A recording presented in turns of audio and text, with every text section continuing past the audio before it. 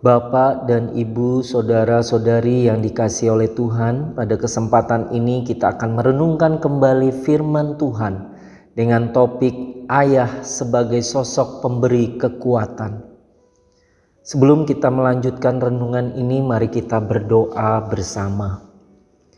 Bapa yang mengasihi kami sungguh berbahagia karena kami boleh memanggil Engkau sebagai Bapa kami. Dan kami adalah anak-anak-Mu. Sebuah hubungan yang sangat dekat dan erat sekali.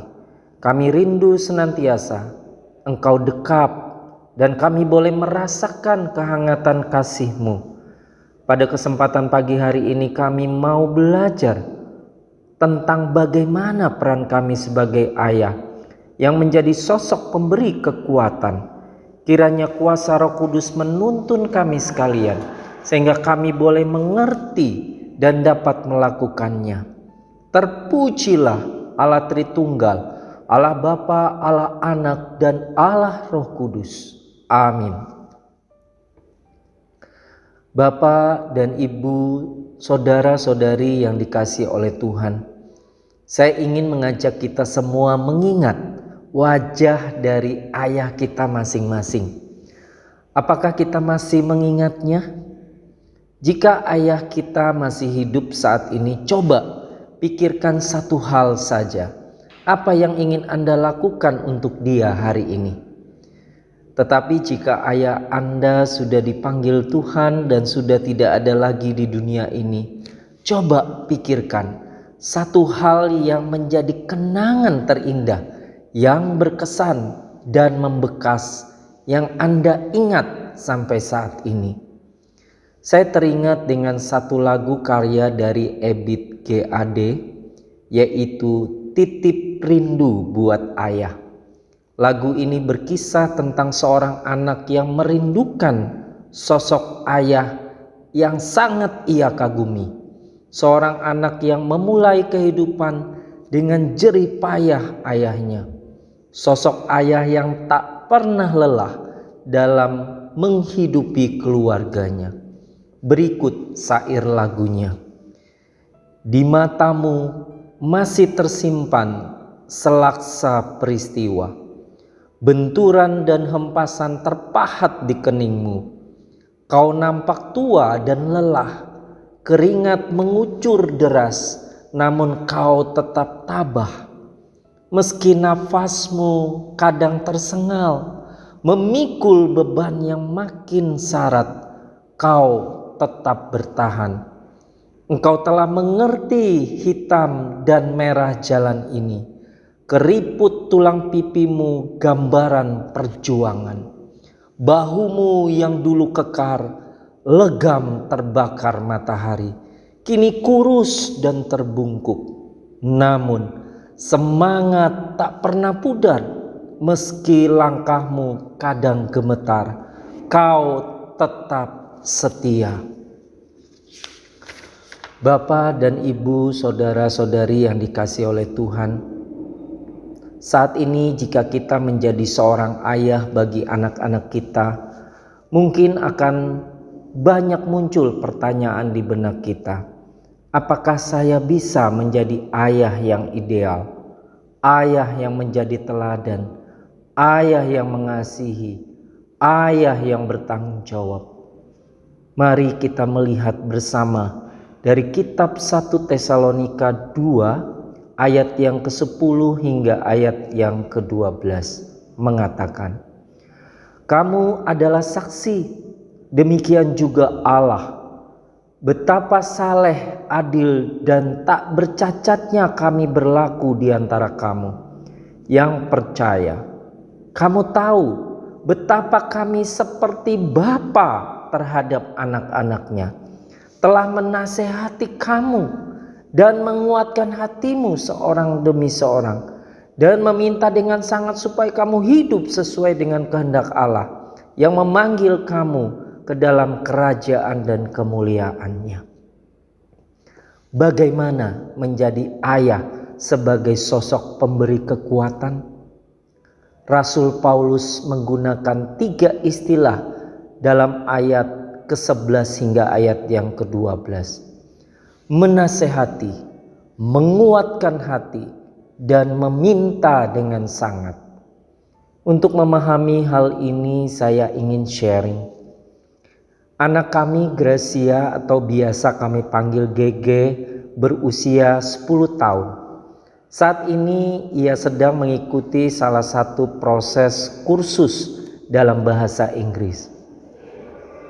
Pada level-level awal dia bisa melaluinya dengan sangat baik dan cepat, di mana hal itu ditunjukkan bahwa dengan waktu yang relatif singkat dia telah mampu mencapai level tertentu yang cukup tinggi dalam kursus tersebut. Tetapi ketika level tersebut memasuki level yang relatif tinggi, dia mulai mengalami kesulitan yang dia rasakan. Bahkan tidak hanya itu, dia akhirnya mulai enggan untuk mempelajarinya.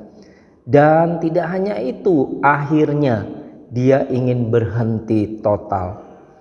Kami tahu bahwa skill keterampilan dalam berbahasa ini penting bagi dia untuk saat ini dan untuk masa yang akan datang. Singkat cerita, akhirnya dia meminta untuk berhenti.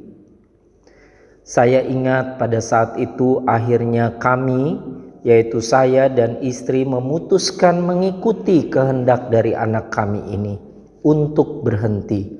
Karena kami juga mencoba ikut merasakan pergumulannya dan mendengar isi hatinya.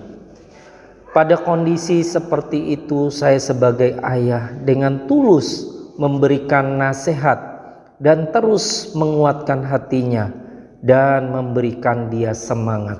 Antara lain, pertama, membangun mimpi dan tujuan besarnya. Nah, coba bayangkan, nanti kalau kamu kuliah atau liburan ke luar negeri, kamu bisa ngobrol lancar dengan orang asing tanpa bingung pakai bahasa Inggris. Kedua, menekankan bahwa bahasa adalah keterampilan, bukan ujian. Kalau belajar bahasa Inggris itu seperti GG belajar naik sepeda. Makin sering latihan, makin jago. Dan ini akan jadi bekal GG seumur hidup. Ketiga, mengingatkan bahwa bahasa Inggris membuka banyak peluang. Oh iya, selain itu, bahasa Inggris itu membuka banyak peluang. Nanti banyak beasiswa atau pekerjaan menarik yang hanya bisa diakses oleh mereka yang bisa berbahasa Inggris. Apalagi kalau GG suka di bidang seni. Ini adalah investasi buat masa depan GG. Keempat, memberikan reward yang sesuai. Kalau GG nanti lulus, Papa akan ajak GG jalan ke luar negeri. Sekalian GG bisa gunain kemampuan bahasa Inggrisnya GG. Oke, sip kan? Pada setiap kesempatan saya mencoba untuk memberikan motivasi. Puji Tuhan, setelah beberapa bulan dia berhenti kursus dan akhirnya dia memutuskan sendiri untuk melanjutkan kursus kembali. Memang tidak mudah karena memang yang dipelajari semakin sulit. Tapi saya bisa melihat bagaimana usahanya untuk mau berjuang, mau melangkah sedikit demi sedikit, dan terus mencoba walaupun kadang mengalami kendala, tetapi terus semangat. Dan saat ini akhirnya tinggal satu level lagi, GG akan lulus dari kursus tersebut. Hal ini menjadi pengalaman iman saya pribadi dalam rangka belajar menjadi seorang ayah yang memberikan kekuatan kepada anak-anak. Hal yang menarik dan luar biasa yaitu belajar dari sosok Nuh. Bagaimana dia menjadi seorang ayah yang juga memberikan kekuatan bagi keluarganya. Pada saat itu situasi dan kondisi sangat melemahkan bagi seluruh keluarganya. Karena mereka hidup di tengah-tengah dunia yang jahat dan penuh kekerasan. Namun Nuh tetap setia kepada Tuhan dan mematuhi perintahnya, bahkan bisa menuntun seluruh anak dan menantunya untuk hidup benar. Bahkan ia mendapatkan perintah Tuhan yang tidak masuk akal, yaitu membangun bahtera. Seluruh keluarganya taat mengerjakan pembangunan bahtera, termasuk anak-anaknya. Firman Tuhan dalam Kejadian pasal yang ke-6 ayat 9 sampai ayat yang ke-10 mengatakan, inilah riwayat Nuh. Nuh adalah seorang yang benar dan tidak bercela di antara orang-orang sezamannya. Dan Nuh itu hidup bergaul dengan Allah. Nuh memperanakan 3 orang laki-laki, Sem, Ham, dan Yafet. Bapak dan Ibu, saudara-saudari yang dikasihi oleh Tuhan, wujud konkret ayah sebagai sosok pemberi kekuatan adalah kita menjadi ayah yang hadir. Yaitu pertama, hadir secara fisik, memberikan waktu dan terlibat nyata dalam kehidupan anak-anak. Kedua, hadir secara emosional, menunjukkan kasih, perhatian, dan pengertian yang mendalam.